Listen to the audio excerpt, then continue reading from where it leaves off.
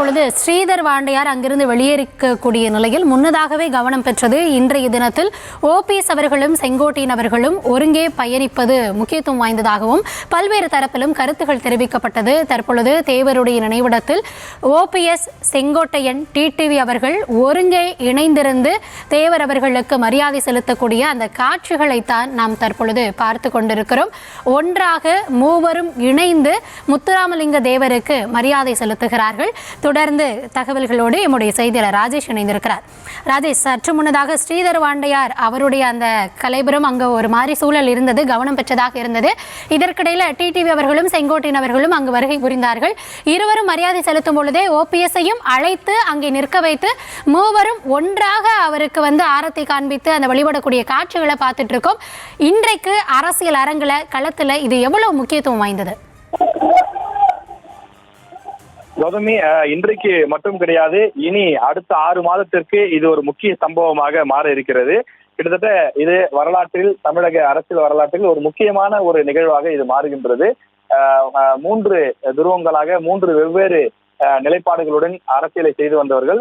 3 பேருக்கும் கொள்கை தலைவர் ஒருவர் தான் என்றாலும் கூட, எம்ஜிஆர் மற்றும் ஜெயலலிதா தான் இந்த 3 பேருக்குமே கொள்கை தலைவர் என்றாலும் கூட, 3 பேரும் வெவ்வேறு நிலைப்பாடுகளில் இருந்தவர்கள்.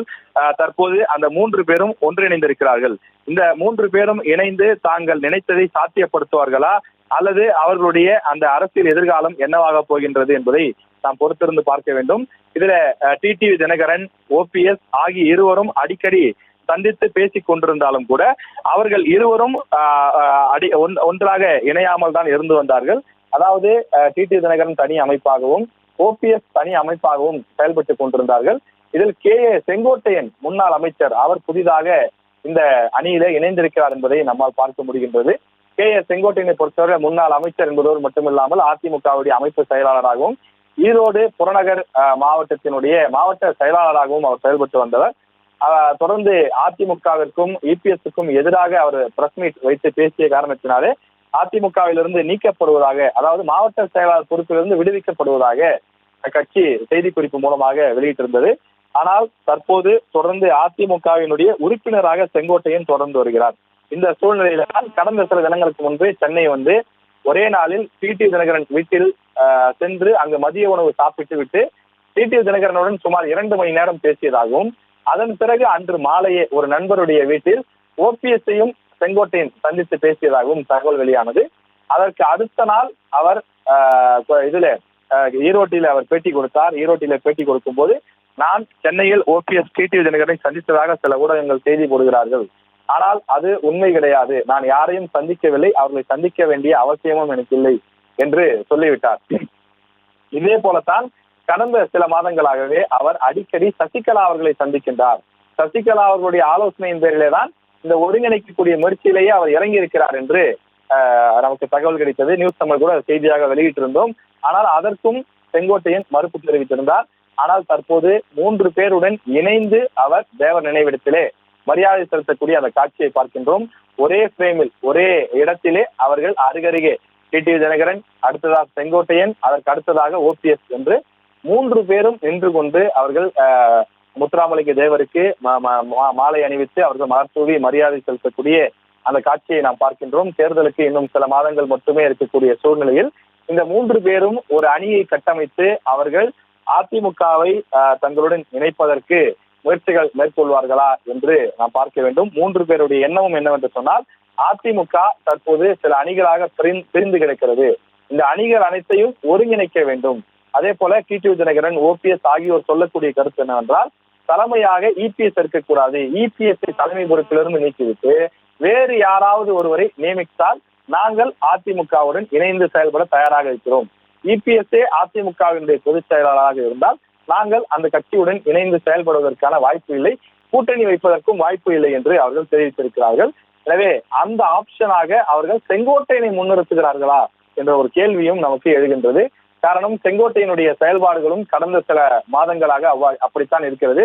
ஒரு அரசியல் கட்சியினுடைய தலைவர், ஒரு அமைப்பினுடைய தலைவர் எவ்வாறு செயல்படுவாரோ அதுபோல அனைத்து நிகழ்வுகளுக்கும் செல்வது, தமிழ்நாடு முழுக்க இருக்கக்கூடிய பல்வேறு கட்சி தலைவர்கள், பல்வேறு அமைப்புகளை சார்ந்த தலைவர்கள், சுதந்திர போராட்ட வீரர்கள், இப்படி பல தியாகிகளுடைய பல தலைவர்களுடைய நினைவிடங்களுக்கு செல்வது, அவருடைய பிறந்த நாள் இறந்த நாளுக்கெல்லாம் சென்று மரியாதை செலுத்துவது, தன்னுடைய சமூக வலைதள பக்கங்களிலே அவர்கள் போஸ்ட் போடுவது உள்ளிட்டவற்றையெல்லாம் மிக சமீபமாக செய்து வருகின்றார். இவையெல்லாம் ஒரு அரசியல் கட்சி தலைவர் செய்ய வேண்டிய வேலை.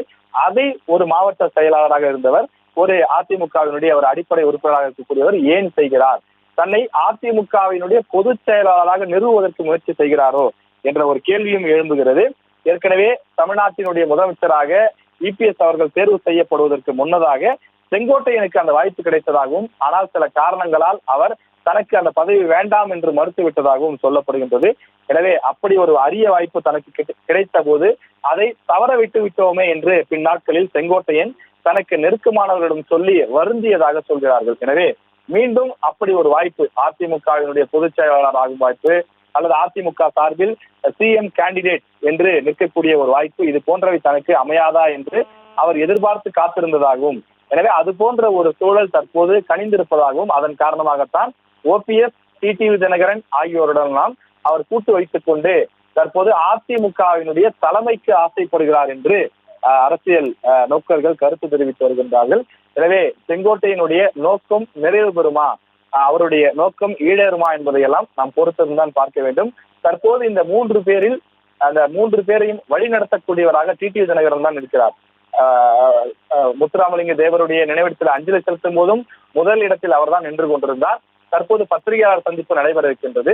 அவர்தான் முதல் நபராக வந்து பத்திரிகையாளரை சந்திக்கிறார்.